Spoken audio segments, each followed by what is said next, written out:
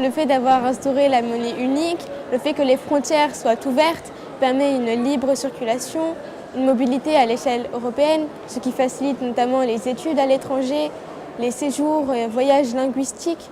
Et ainsi, c'est aussi un enrichissement culturel. Et pour ma part, j'ai entendu parler du programme Erasmus+.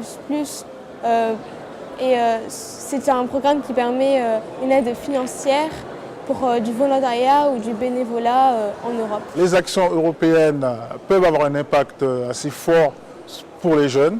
Par exemple, pour moi qui viens de la Guyane, j'ai obtenu un financement de l'Union européenne pour partir en formation en France. Du coup, ça n'a pas été une démarche assez facile puisqu'on n'entend pas beaucoup parler des projets de l'Union européenne pour les jeunes.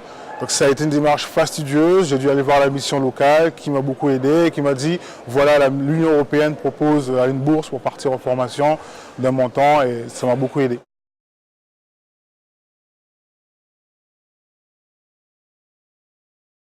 Pour inciter les jeunes à s'impliquer sur les questions européennes et l'Europe, il faudrait que l'Union européenne se rapproche déjà des structures qui travaillent auprès des jeunes, par exemple la mission locale, le CRIJ, le Conseil parisien de la jeunesse, qui eux sont proches des jeunes et que ces structures peuvent proposer et dire aux jeunes ce que propose l'Union européenne pour eux. Comme ça va permettre de savoir davantage, aller sur le terrain avec des jeunes, pas seulement avoir des débats abstraits. Plus de communication au niveau des télés, des radios, des panneaux publicitaires, aller dans les écoles, aller dans les foyers jeunes travailleurs, aller dans les cités.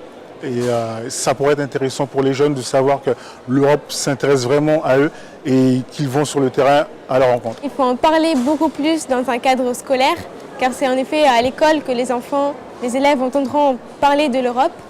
Aussi, il faudrait peut-être organiser des sorties dans les institutions européennes comme le Parlement ou le Sénat, car en effet c'est en vivant l'Europe qu'on peut la découvrir et donc s'impliquer.